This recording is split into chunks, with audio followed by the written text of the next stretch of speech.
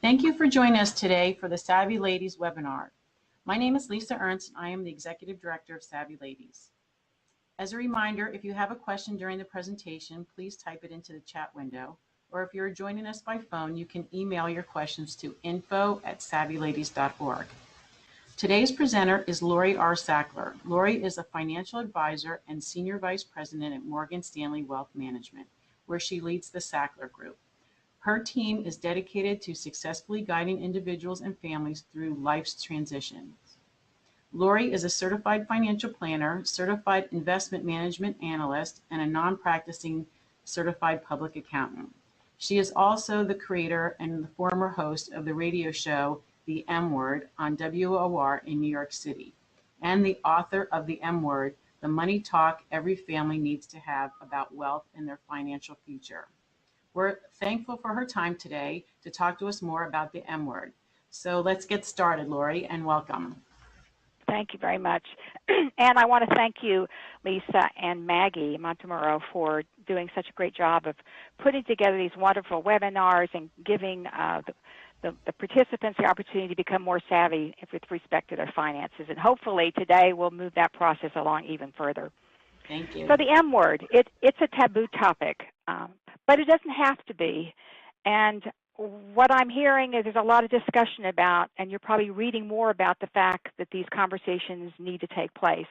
And what I've learned from my journey through this whole topic is that having a disciplined process, and I would recommend my 5-step process, you can actually have these tough conversations and as a result, keep both your family and your finances intact. So to kind of give you an overview of what we're going to talk about over the next 20 minutes, I'm going to start with why it's so difficult to have this conversation. Why is it such a tough conversation? Secondly, I'm going to provide some focus on what I call gender and generation, the gender differences and the generational differences that interfere with having these tough conversations. And then thirdly, ultimately, I hope to leave you with a framework so that you can begin your conversations and have some successful talks with your family members. So where do we begin? Well, the 5-step process that I've developed is the process I think will be helpful to you. And let's just briefly go through it. The first step is to identify the transition point and the issues and the topics related. So for example, maybe your father is about to retire. How is that going to impact your finances potentially? Maybe you're about to enter into a new relationship and it's time to have that conversation and share. Or there may be an expected child along the way. So these are the transition points in life that begin to get us thinking about having money conversations. The second step is what I call prepare the inner landscape. I think this is the most interesting. These are the obstacles that are preventing people from having these conversations, and we're going to talk briefly about those. The third is prepare the outer landscape. And this is basically preparing yourself and your family to have what I call physically, logistically, and psychologically. So if you're going into an important client presentation, obviously you've thought through it. You've thought who the players are. What are their hot points? What are their soft spots? How do I engage them in the conversation? What are the key points I need to make? So there's a lot of preparation that needs to take place and probably some rehearsing in advance. The fourth is what I call pick the pros. It's a lot easier to have success around any difficult conversation when you have some advice and guidance. And there's definitely people who, whether it's a professional advisor or a close family relationship, people who can act as third-party participants to guide you through it. And then the final is what I call create a process. You want to find a process that works for you and repeat as necessary because these conversations are not easy.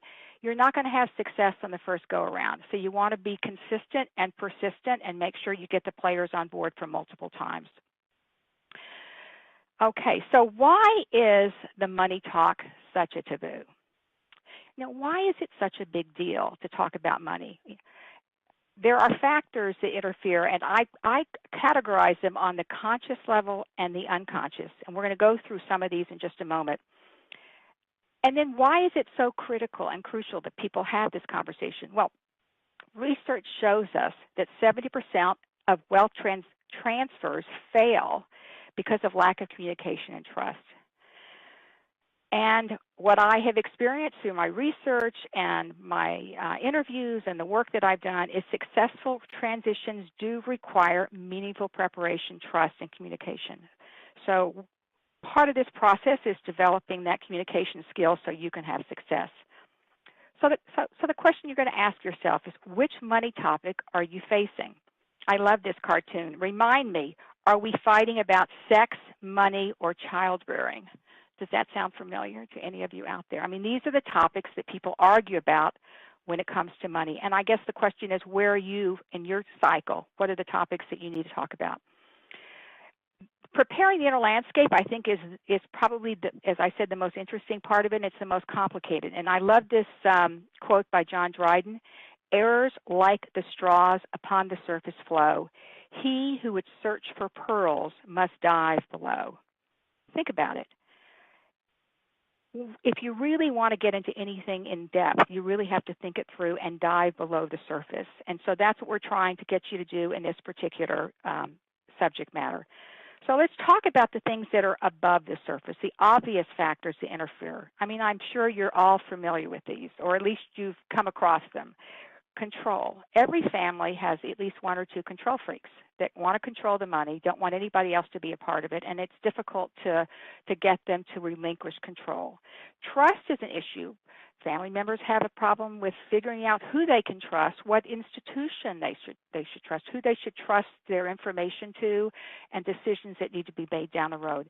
I also find that there's a lot of family issues around health that nobody wants to talk about. Someone in the family may be starting to suffer from dementia or Alzheimer's, and it's not a conversation that's easy to have. So these are some of the, what I call the issues just above the surface that are simmering. But then let's consider some of the less obvious factors. Let's start with evolutionary instincts, for example. Sexual exchanges served as money transactions in primitive societies. I mean, we all know this, right? The man was out there, he was a hunter, he was bringing home the game, the woman was behind, the gatherer, the caretaker, and there was competition for resources. So very early on, and very much embedded in our DNA, is this connection between sex and money.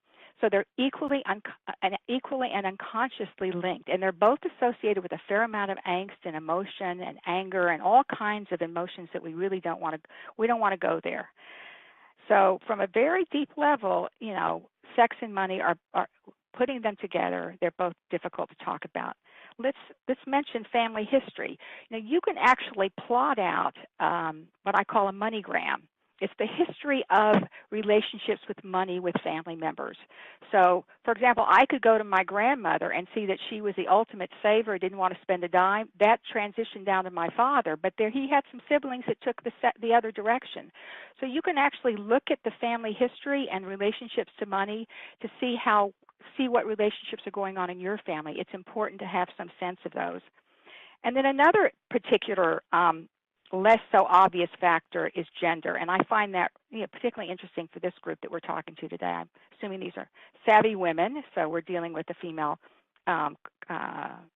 population. So men and women make financial decisions differently. Now, you would probably be familiar with the ideas that culture impacts differences between men and women. But I would like to challenge you to think for a moment about physiology, because there have been over 30 studies, or I should say dozens of studies in more than 30 countries with 1 million participants that have come to the same conclusion that differences are rooted in the physical structure of the brain. So regardless of culture, language, geography, these are differences that are definitely in our physiology. So let's talk about some of these differences, because they definitely interfere or they simmer and they bubble up, and you probably have experienced them in your own personal lives. They definitely tend to generate some difficulties when talking about money. Men and women have different sized anterior cortexes of the brain. So what does that mean? Well, women tend to think more in a web-like and contextual way. We tend to take in more information. We'll weigh the multiple pieces of information, and oftentimes we'll rehash and ruminate. Drives our male partners crazy oftentimes. But see how that compares and contrasts with the men. They think in a more linear and focused way. This actually goes back to DNA. They're out there with their weapons. They're very focused on bringing home the bread. They'll select one or two pieces of information. They'll make quick decisions. Does that resonate with any of you? I'm sure you see this in your daily life. Men and women process words and emotions differently. So we tend to, as women, we'll walk into a room and we'll notice the color of a person's eyes. We'll know what they're wearing.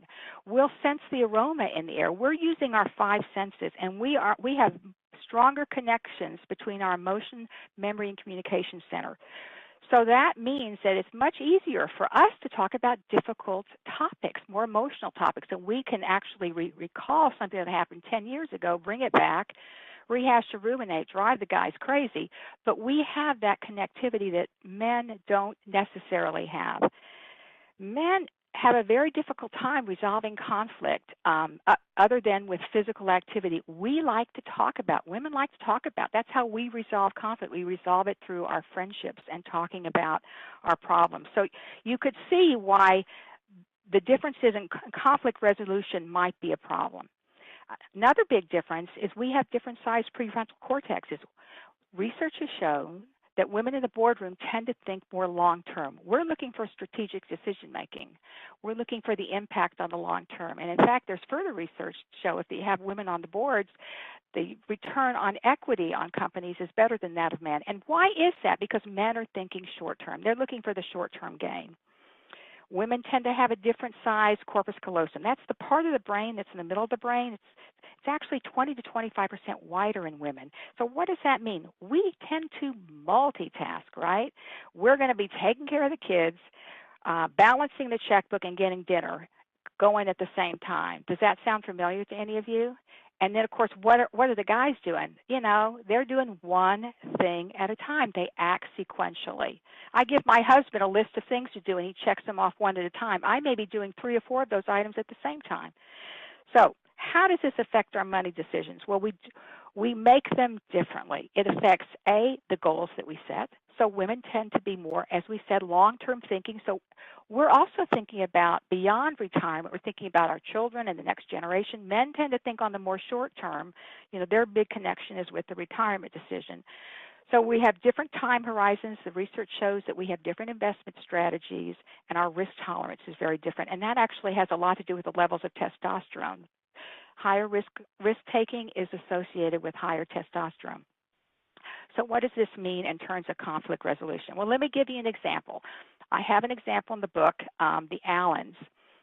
She's a very successful partner in an environmental law firm. He's the HR officer in a technology firm. They have 2 children. They've been married for 10 years. They have not been able to put together a financial plan because he has a different risk tolerance than she does. He wants to trade, and she wants a more moderate, sort of balanced, managed portfolio.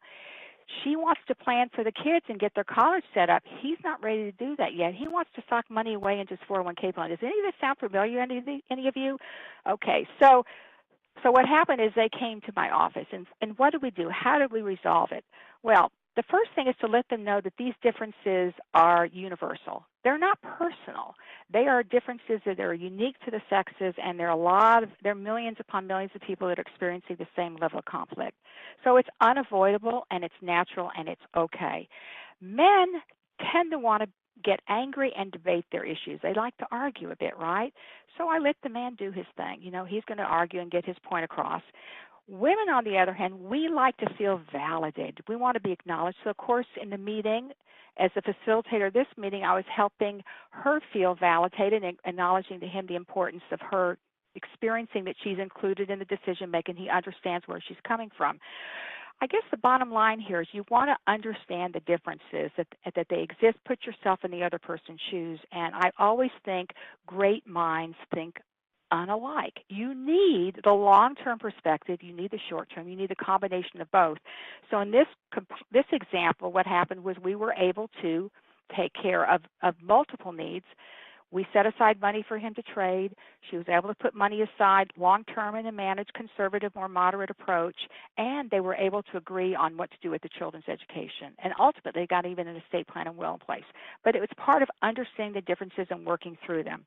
Let's go to another not-so-obvious factor that interferes with people having conversations, and this is along the lines of generational differences.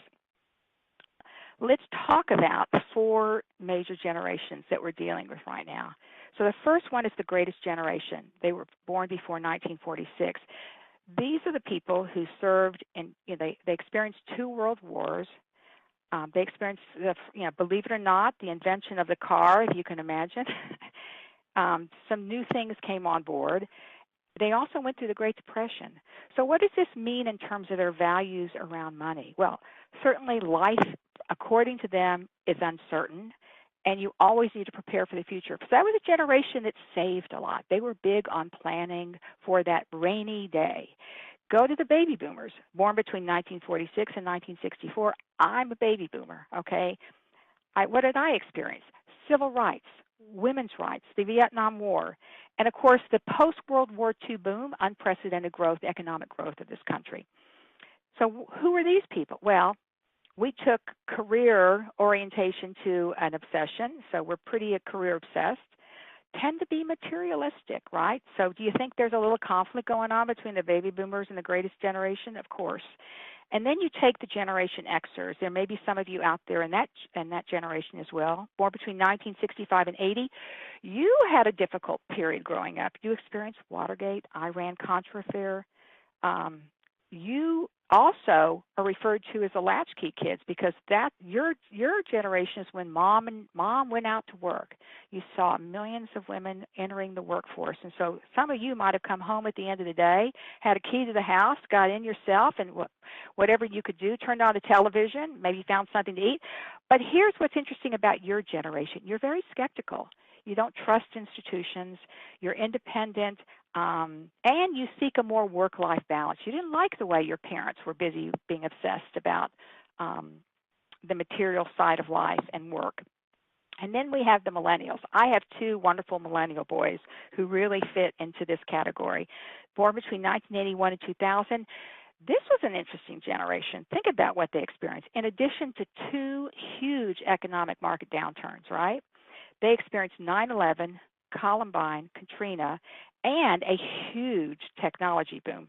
So for them, it's not a domestic economy, it's a global economy. And they're connected in ways that, as a baby boomer, I could never envision, and I still don't quite get. But so they're busy multitasking, they're on their texting while they're doing their work. And of course, for them, they don't see a difference between work and life. It's all one for them. So the bottom line here is that experience does shape your money behavior and conversations. So it'll affect your values about money. So what do we find? Millennials are pretty good savers, right? In fact, millennials have more in common with the greatest generation than they do the boomers because they're also very civic-minded. The language around money differs. The vocabulary that they use, the forms of communication, we'll talk a little bit more about that in a moment. And then, of course, what ties everyone, all these generations together, is their family history. And we do see patterns. And so the question you might ask yourself is, what's the pattern that you see in your own family? Regarding the means of communication, each generation has its preferences. So my dad, even though he loved face-to-face, he preferred me writing a note to him. Ultimately, he got on with email. But there are many people in the greatest generation who are not technology savvy at all. So certainly face-to-face is the preferred communication when you're talking about sensitive issues like money. Baby boomers, we grew up on face-to-face and telephone, but we evolved into email. And of course, many of us are big texters as well.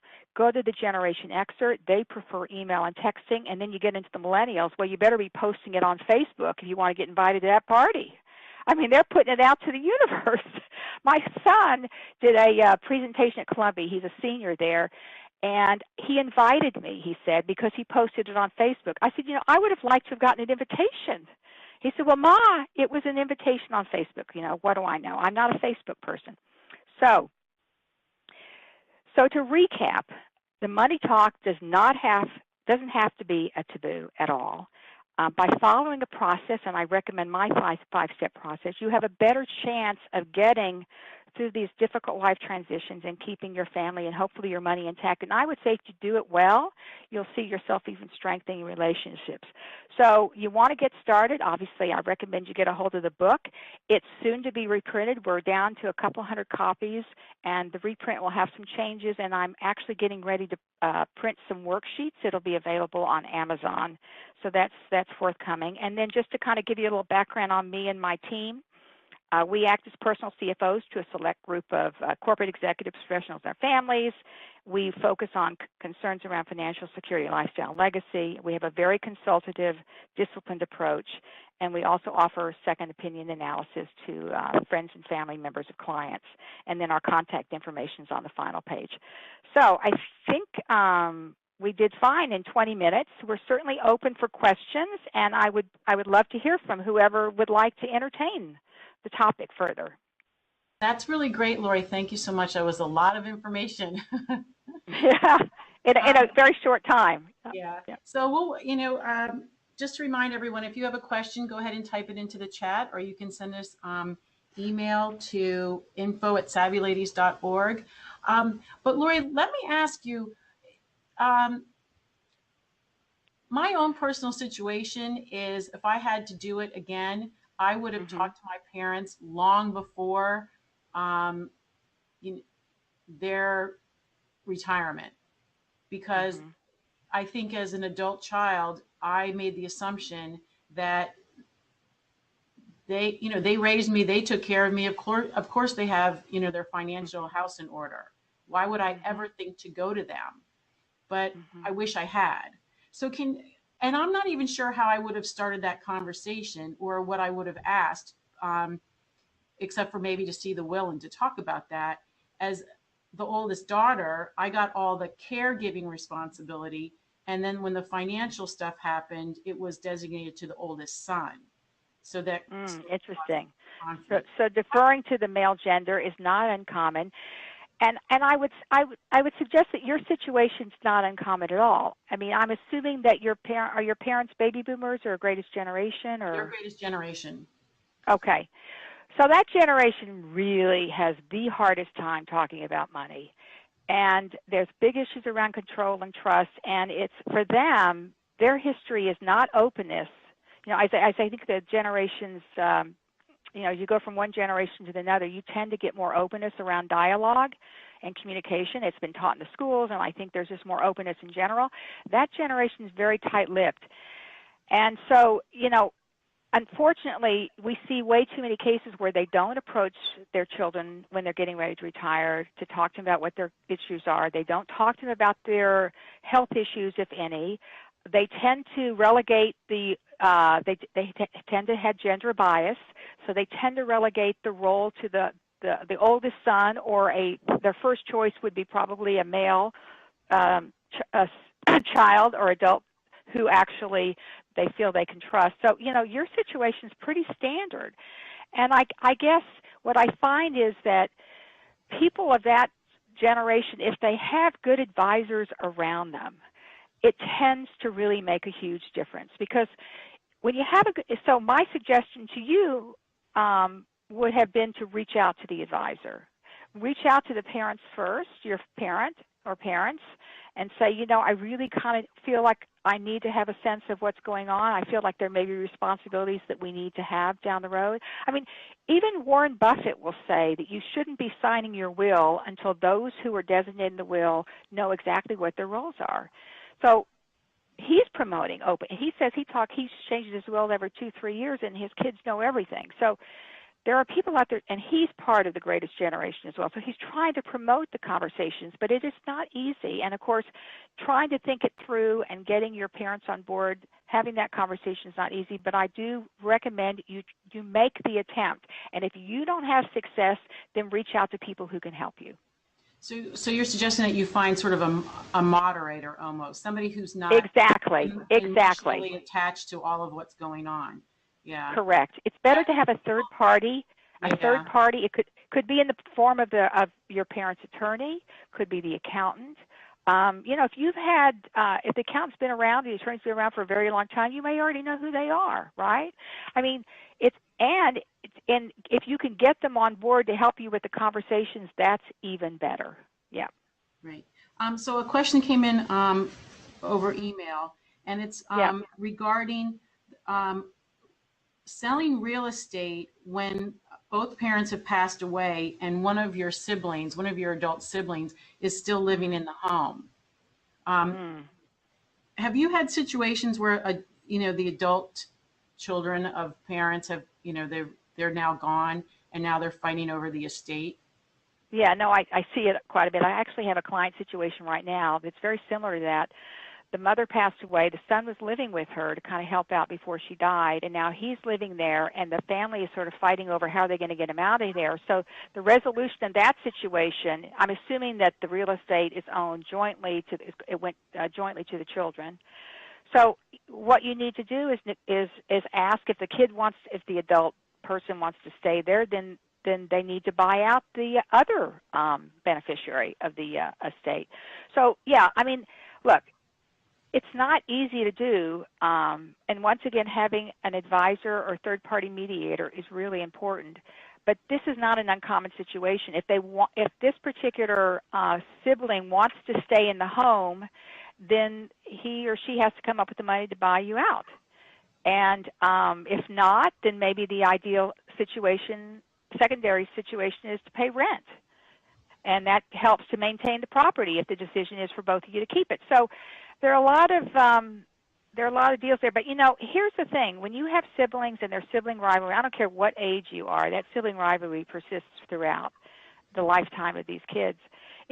I'm always going to come back to find a third party to help you out, to help mediate, because there are some very logical kinds of solutions that can be presented as long as you have help along the way. Because, you know, there could be anger and frustration and all kinds of, you know, Susie didn't treat me this way 25 years ago, I don't want to talk to her today. You know, there could be inner fighting, and you just got to take that off the table and let somebody bring back the rational thinking. Right. Thank you. Okay, I think we have time for one last question. Yep.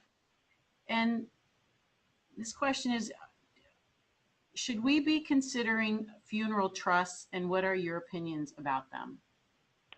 A funeral trust. That's interesting. You know, I have to say, I have never heard of the name funeral trust. I mean, there's definitely trusts that are set up for different reasons. I'm assuming that this particular trust was set up for coverage of funeral expenses. Yeah, that's what I would assume. Yeah. I'm assuming it's just money that was set aside to pay for a funeral. Look, the will usually stipulates, you know, how the burial is going to take place and where the money is going to come from. Sometimes there's an insurance policy that pays for it, but typically you don't. I've never really heard of a trust just set up for funeral reasons. Thank you so much again, Lori. This has really been great. Oh, good. It was my pleasure. I hope you guys got something out of it. And Absolutely. yeah, okay, sounds great. And I'm happy to participate another time.